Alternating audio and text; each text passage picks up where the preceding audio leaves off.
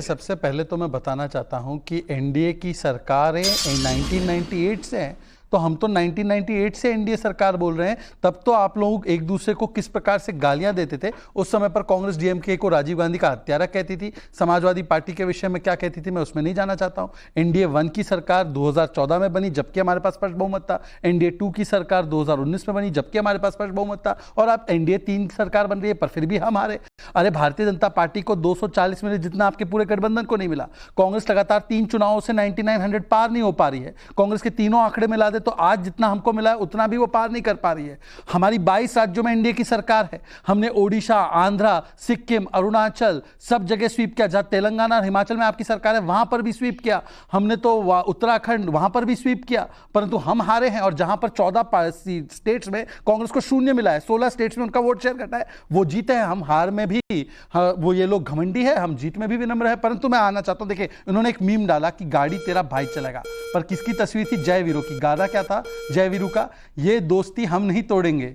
और इनकी भूमिका क्या है? गब्बर वाली। अब मैं इनसे पूछना चाहता हूं INDIA का फुल फॉर्म क्या है? पवन खेड़ा जी बता रहे थे फुल फॉर्म। INDIA का फुल फॉर्म है इनको नहीं दिया इंडिया ने आंकड़ा। इनको नहीं दिया इंडिया ने आंकड़ा, पर फिर भी ये नाक घुसाने की कोशिश करते हैं। मेरा केवल एक ही सवाल है, अभी LOP बिना इंडिया अलायंस से पूछे अनाउंस कर दिया राहुल गांधी LOP होंगे। अब अमीक जमाई जी का मुंह दिखाइए जरा। पीडीए पीडीए पीडीए करने वाले भाई, पीडीए के नाम पे कम से कम LOP को तो पीडीए बना देते, परंतु आपसे पूछा भी नहीं। भारती जी भी बैठी हुई है, बताइए बिना पूछे बिना सोचे एक तरफा अनाउंसमेंट डाल। उद्धव ठाकरे जी आए थे क्या इंडिया अलायंस की मीटिंग में? हनुमान बेनीवाल क्यों नहीं आए? और कांग्रेस का चरित्र तो ऐसा है कि सांगली में एक प्रत्याशी को इंडिपेंडेंट खड़ा कर दिया, उद्धव जी के कैंडिडेट को हराकर उसे अपनी पार्टी में ले लिया।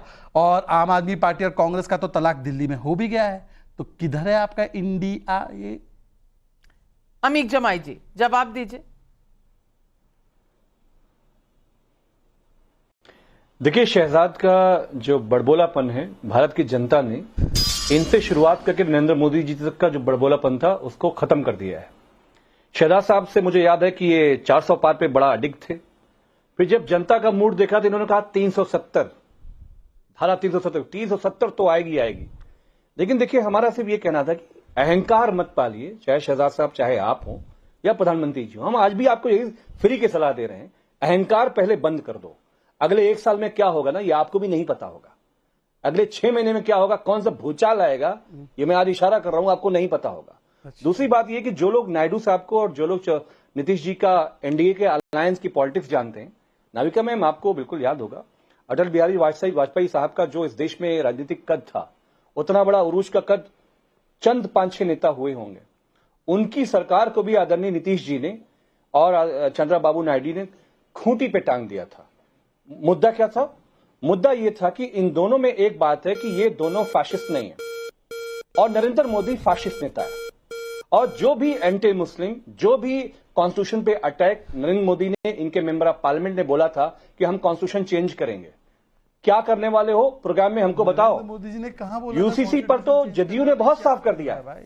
अमीक जमाई जी फैक्ट चेक। नरेंद्र मोदी जी ने कभी नहीं कहा कि वो कॉन्स्टिट्यूशन बदलेंगे, नहीं। और मैं ये बता दूं, आज जब वो सेंट्रल हॉल ऑफ पार्लियामेंट में आए तो उन्होंने कॉन्स्टिट्यूशन अपने सर माथे पर रखा, सर माथे पर वो कॉन्स्टिट्यूशन रखा। और मैं आपको वो तस्वीरें दिखा देती हूँ, आपको तस्वीरें दिखाती हूँ जहां प्रधानमंत्री नरेंद्र मोदी ने सेंट्रल हॉल में जाकर सर माथे पर कॉन्स्टिट्यूशन रखा। लेकिन आप बिना फैक्ट्स के तो नहीं कह सकते। ये आप पिक्चर्स देखिए कैसे जाकर उन्होंने विनम्रता से अपने देश के संविधान को अपने माथे से लगाया और चूमा। मैं पूछना चाहती हूं अमीक जमाई जी, आप जरूर विपक्ष में हैं, क्रिटिसाइज कीजिए। आप नंबरों की बात कर रहे हैं, 400 से 370 कभी भी नहीं हुआ। जब उन्होंने पार्लियामेंट में कहा था तब भी ये कहा था 370 बीजेपी की, 400 एनडीए की। उसके बाद मैं आपको यह भी बता दूं कि आपने भी कहा था 80 में से 80 आ जाएगी। एक पे कुछ प्रॉब्लम नजर आ रही है, वरना 79 तो आ ही जाएंगी, 80 की कोशिश है। और तेजस्वी जी तो 40 की 40 ला रहे थे। कहां है भाई आपके भी नंबर? कहां है नंबर? नहीं, मैं ये कह रहा हूं, मैंने ये कहा कि ये जो आप जो पहुंचे हैं ना, जहां पे आज नरेंद्र मोदी जी का बीजेपी का आंकड़ा है, इस आंकड़े पे इंडिया अलायंस ने, अखिलेश यादव जी ने उत्तर प्रदेश में आपको पहुंचाया है, तब आज आप झुक रहे हैं भारत के संविधान के सामने। इनके मेंबर ऑफ पार्लियामेंट, इनके कैंडिडेट बोल रहे थे घूम घूम के कि भारत का संविधान खत्म करेंगे, चेंज करेंगे। भारत का संविधान यही जनता मंत्र पे जलाया गया, नहीं जलाया गया था। एक केस जलाने वाले आपकी जमात और बिरादरी के भाई, देख लिया करो जरा, वो जलाने वाले आपकी जमात से आए हुए हैं, जो पुरानी आपकी जमात है वहां से वो निकले हुए हैं।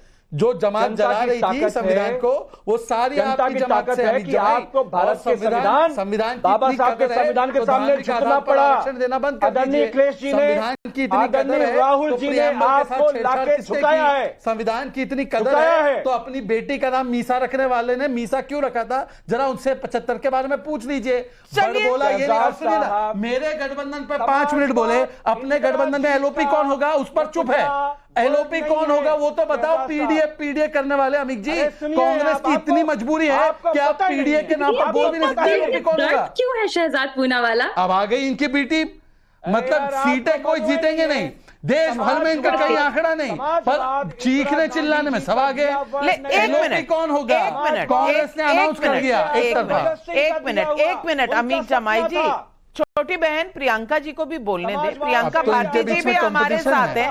प्रियंका भारती जी, आज अमित जमाई कह रहे हैं नीतीश कुमार जी आते भी हैं जाते भी हैं, भाई आपके साथ भी रहे हैं, आप भरोसा कर सकते थे तो नरेंद्र मोदी क्यों ना करें, और आपके साथ रहे तो नीतीश बाबू चचा जान, लेकिन मोदी के साथ चले जाएं तो आपको दिक्कत हो जाती है। जी वो हमारे साथ थे नहीं थे, उसके बावजूद तेजस्वी जी ने उनका सम्मान करना नहीं छोड़ा। इसको कहते हैं जो माँ बाप का सिखाया हुआ संस्कार होता है। हमने हमेशा उनको चाचा कह के आदर ही किया। अब आते हैं शहजाद पूनावाला जी जो कह रहे थे यूजीसी के वेबसाइट पर कहीं एंटायर पॉलिटिकल साइंस नाम की कोई डिग्री या सब्जेक्ट नहीं एग्जिस्ट करता है, लेकिन जनता ने इनको एंटायर पॉलिटिकल साइंस का लेसन जरूर पढ़ाया है। 224 ऐसे सांसद हैं जो अगर वोटों की संख्या देखी जाए तो नरेंद्र मोदी से आगे हैं। अगर मैं भाजपा की भी गिनती करूं तो 112 सांसद ऐसे हैं जो नरेंद्र मोदी से आगे हैं। तो ये जो अहम ब्रह्मासी वाला अहंकार था, इसको जनता ने चूर चूर किया, चकनाचूर किया। अब मैं बात करती हूं कि हमारा आगे का क्या मुद्दा हो सकता है। अभी बार बार ये कह रहे थे कि नीतीश आपको बड़े प्यारे लगते हैं। अरे भाई, अभी दोस्ती आप दिखा रहे हैं। कुछ समय पहले नरेंद्र मोदी का वो स्टेटमेंट देश भूल जाएगा क्या? कैसे वो बोल रहे थे कि नीतीश कुमार के डीएनए में खोट है, और अभी आपको नीतीश कुमार पे बड़ा प्रेम आ रहा है। पीडीए से दिक्कत हो रही है। पिछड़ा दलित जो अल्पसंख्यक है, ये इस देश की 85% आबादी है।